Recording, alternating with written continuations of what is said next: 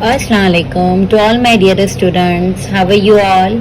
So today we are going to start exercise 2B of book D1, and in this exercise we are going to deal with operational sign and positive and negative numbers and do calculation of the sign and write the answer, find the value. Alright, so let's get started. In question number 1, we are asked to find the value of each of the following.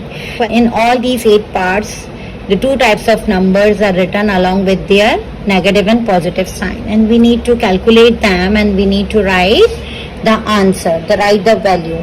So always remember, in these type of question, we need to think about 2 things. The first, that should the answer be positive or negative, and the other is should we find the sum or difference of the values of the 2 numbers. Alright, so let's get started. In the first question, the positive 6 and negative 2 are given, and along with it we have positive sign in between these 2 numbers. So first of all, before solving these questions, you need to keep in mind the sign rule. Sign rule says when we have 2 negative signs, the answer of that sign will be positive. Minus minus plus. Same like when we have 2 positive signs, the answer will be of positive. So, and the other sign rule says when we have opposite sign like minus plus will be minus, and same like plus minus will be minus. So opposite sign answer will be negative and same sign answer will be positive. So let's move on, and here we are going to solve this bracket plus minus minus. So 6 minus 2, and then the final answer will be 4. And always remember, we need to put the sign of bigger number. So the 6 is a positive number, so we will put the sign of positive. In B part, there is no bracket with the second number, so we just solve the numbers along with their sign. Minus plus will be minus, opposite sign will be minus, and we are going to subtract it, so we will get 3, and the bigger number is 8, so the positive sign, the answer will be 3. In C part, first of all we are going to open the bracket. 4 plus minus minus 10, and the answer will be minus 6.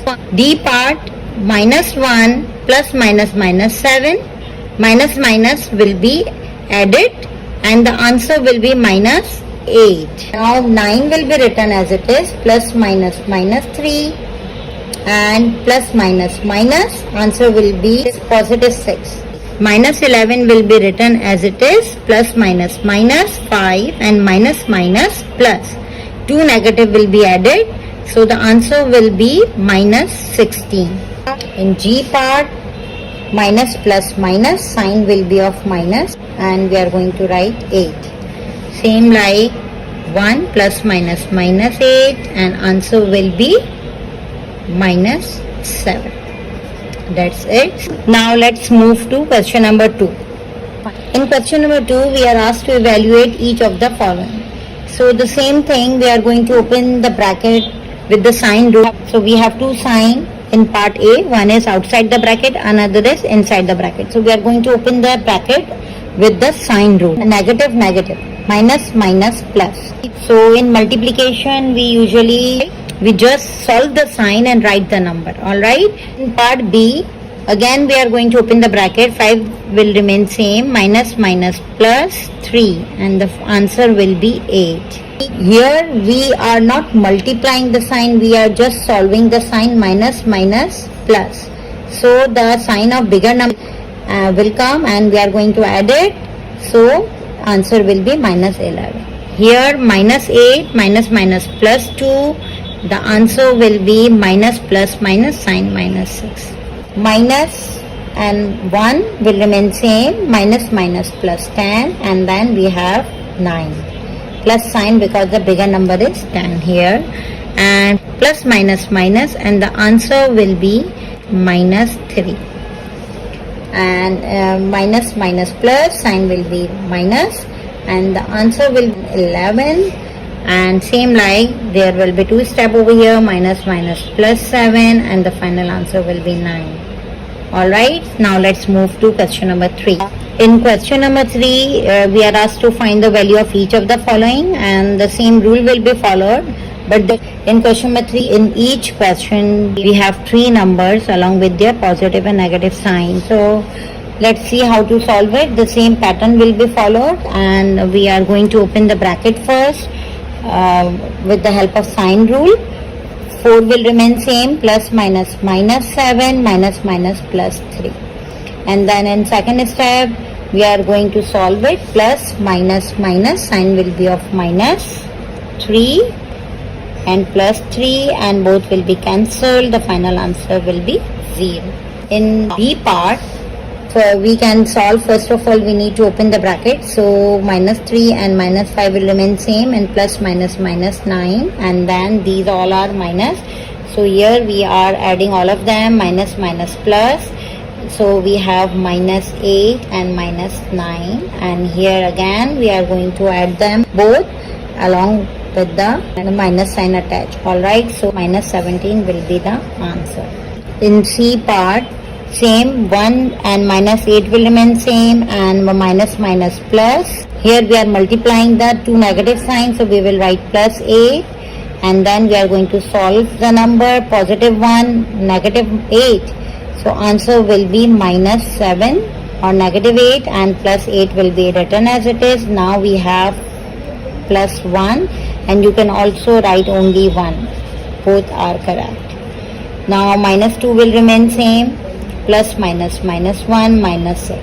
And here minus minus plus, sign will be of minus 3, minus 6, and here minus 9. In E part, in first step, 8 will remain same, and then minus minus plus 9 and plus 1 will remain same. Now here all are positive numbers, so we are going to add them all. So we will get positive 18. Now in F part, minus 5 will remain same, and plus minus minus 3, plus minus minus 2. These all are negative numbers, so when we same sign, so we are going to add them up again. Minus minus plus 8, minus 8 and minus 2, and same like minus minus plus and minus 10 or negative 10 is our answer. In G part, again we are going to write 6 as it is, and plus minus minus 5, minus minus plus 8. So positive 6 and negative 5 will be 1 plus A, and the final answer will be positive 9.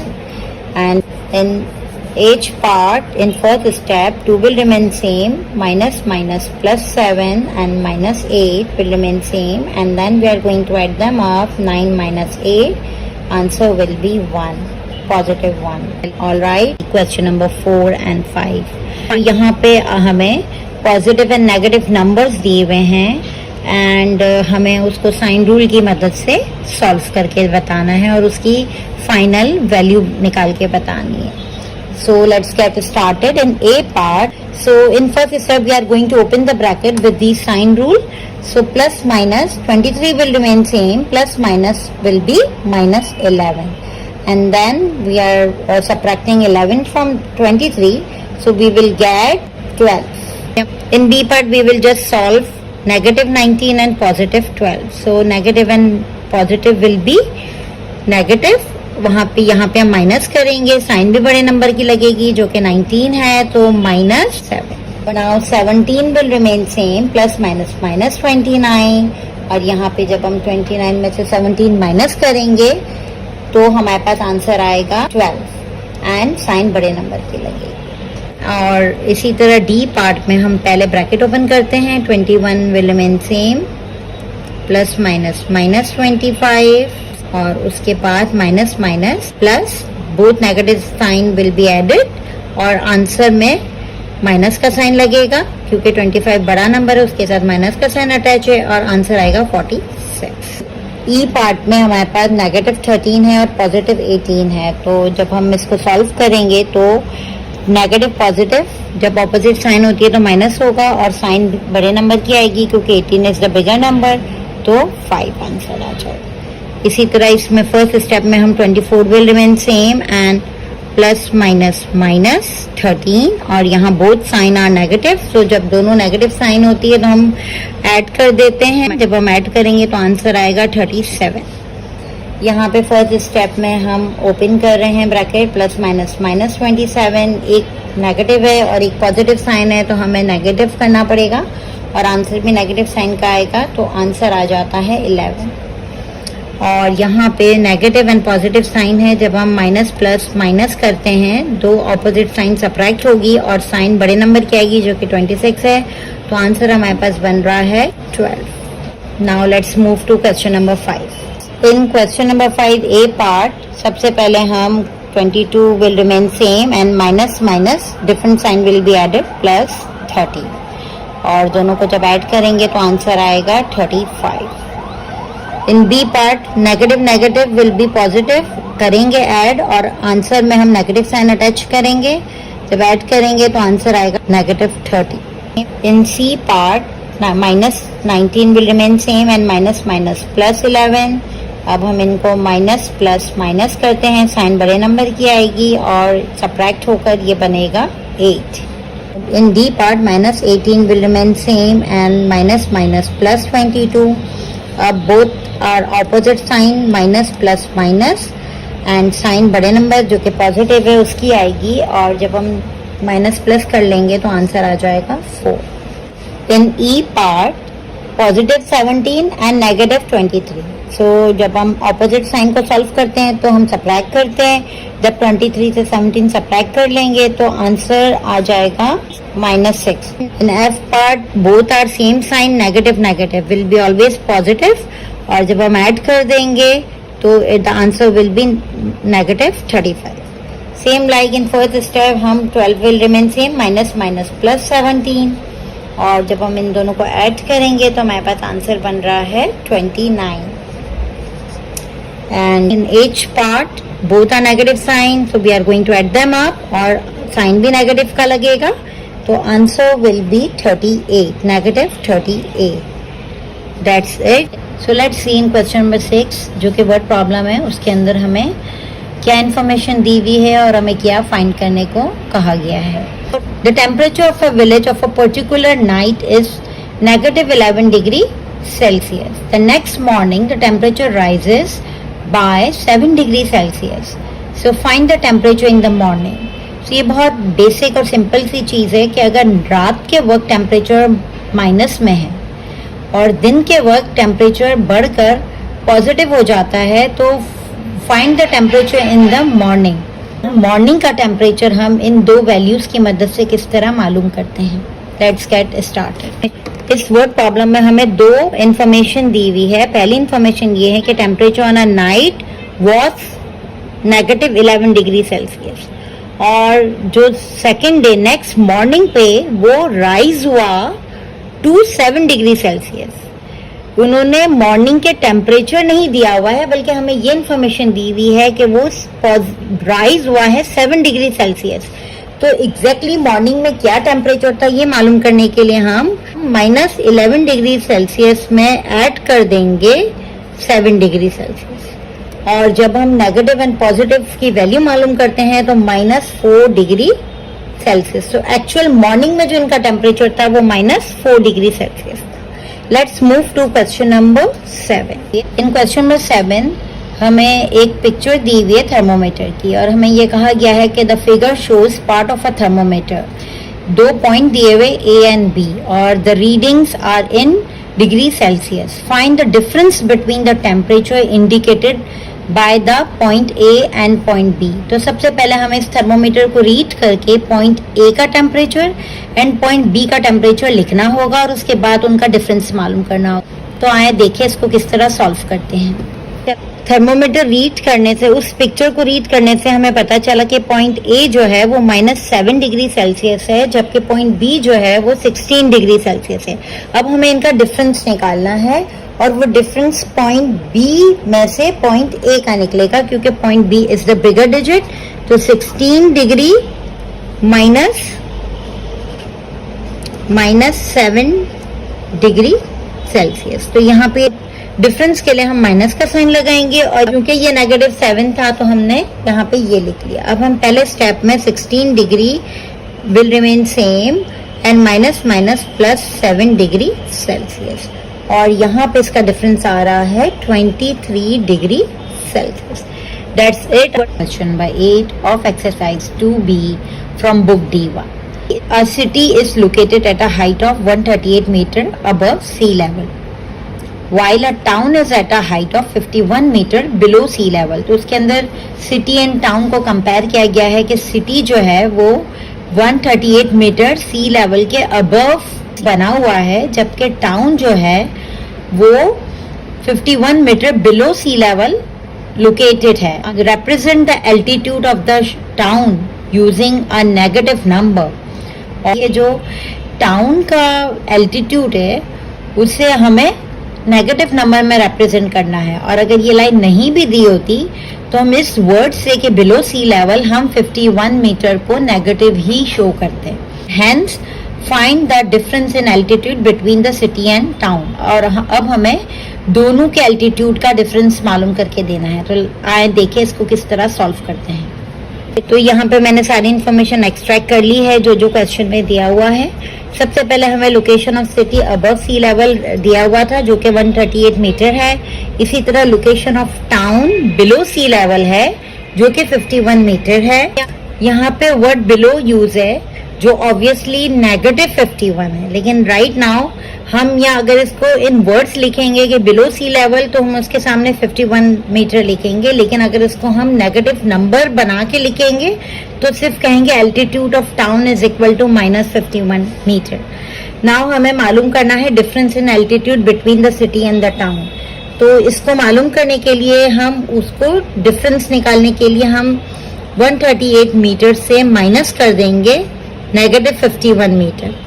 138 metre will remain same in first step. उसके बाद minus minus plus 51 metre, और जब हम इन दोनों को add कर लेंगे तो हमारे पास आएगा 189 मीटर जो कि difference in altitude between the city and the town है.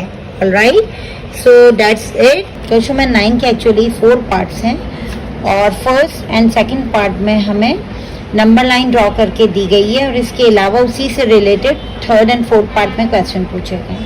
तो आए पढ़ते हैं कि क्वेश्चन नंबर 9 में क्या इंफॉर्मेशन दी गई है और हमें क्या मालूम करने को कहा गया है. In question number 9 first part it is written using the number line find the difference between -2 and 3. तो एक बेसिक से नंबर लाइन ऑलरेडी ड्रॉन है और इसके अंदर हमें जो है कि स्टार्ट हो रही है -5, सेंटर में 0 है एंड देन +5. तो इन बिटवीन जो है वो 5 का जंप लिया गया है और हमें कहा गया है कि -2 एंड 3 का हमें डिफरेंस मालूम करके देना है. तो इफ यहाँ पे ये 0 है और यहाँ पे 1, 2 और 3, अगर 3 यहाँ पे है और -2, -1 एंड -2 यहाँ है तो किस तरह से उसके दरमियान का डिफरेंस होगा. आप सॉल्यूशन में इस तरह करके दिखा सकते हो कि डिफरेंस बिटवीन -2 एंड 3, और यहाँ पे आपने डिफरेंस निकालना है 3 माइनस ब्रैकेट में आप -2 लिख देंगे, 3 माइनस माइनस +2 जो कि 5 है. 5 is your answer. B part में कहा गया है कि the figure below shows our time line for BC and AD. BC for example 2 years, BC stand for 2 years before Christ and 3 years AD stand for after Christ. Alright, was born. तो यहाँ पे what is the main difference between the timeline for BC and AD and the number line. तो यहाँ पे जो number line दी गई है हमें उसका मेन डिफरेंस बताना है कि क्या मेन डिफरेंस है BC और AD में. तो ऑब्वियसली यहाँ पे ऑलरेडी उन्होंने क्वेश्चन में ही कह दिया है कि after Chris was born and before Chris was born. So main difference में आप सिर्फ ये लिख दोगे कि the main difference will be the year in which Chris was born. यही मेन डिफरेंस है AD एंड BC में. तो in part 3 they are asking how many years are there between 2 BC and 3 AD. तो हम यहाँ जिस तरह ये कि 1 BC है तो उसके बराबर में 2 BC होगा, इसी तरह हम 1 AD, 2 AD, 3 AD. So now हम जंप करके देखते हैं कि उनके बिटवीन में कितनी ईयर है. 1 BC एंड 2 BC के दरमियान 1 जंप आ रहा है, फिर 1 BC से 1 AD में सेकंड जंप, 1 AD से 2 AD में सेकंड जंप और third jump, and 2 AD and 3 AD में फोर्थ जंप. तो व्हेन वी काउंट तो there will be 1 2 3 4 years between 2 BC and 3 AD. All right. Now in fourth part, think of another real life example that is similar to the timeline in 2 and the difference from the timeline in 1. BC से related एक timeline draw करनी है real life example. For example मैं यहाँ ही ले लेती हूँ 5 BC और इसी तरह मैं यही वाली साइड लिख देती हूँ. This is 1 BC, 1 AD and then I have 5 AD. Timeline 2 की तरह की टाइमलाइन हम 4 में बना लेते हैं, लेकिन यहाँ पे जो कि 5 BC एंड 5 AD से स्टार्ट है, मैं इसको 7 BC एंड 7 AD बना देती हूँ. और अब हम देखते हैं कि 1 BC से 7 BC में 1 2 3 4 5 6 एंड 7. So 2 3 4 5 6 and 7. इसी तरह 1 के बाद 2 3 4 5 6 एंड 7. अब हम यहाँ पे इसके बिटवीन ईयर काउंट करते हैं. तो इसके दरमियान 1 ईयर है, 2 है, 3 4 5 6 7 8 9 10 11 12 एंड 13 ईयर्स. तो हम लिख सकते हैं कि 13 years between 7 BC and 7 AD. That's it. So I hope आपको क्वेश्चन नंबर 9 बहुत अच्छी तरह समझ आ गया होगा. आप क्वेश्चन नंबर 9 के फोर्थ पार्ट में अपनी भी कोई एग्जाम्पल बना सकते हो 5 या 7 AD के अलावा, एंड 5 या 7 AD या BC के अलावा आप अपने खुद का कोई टाइम दे सकते हो और इसी तरह जम करते हुए नंबर्स ऑफ ईयर्स आप काउंट करके यहाँ पे लिख सकते हो. तो इंशाल्लाह नेक्स्ट वीडियो में फिर मुलाकात होगी. जब के लिए कीप प्रैक्टिसिंग. अल्लाह हाफिज़. Thank you for watching.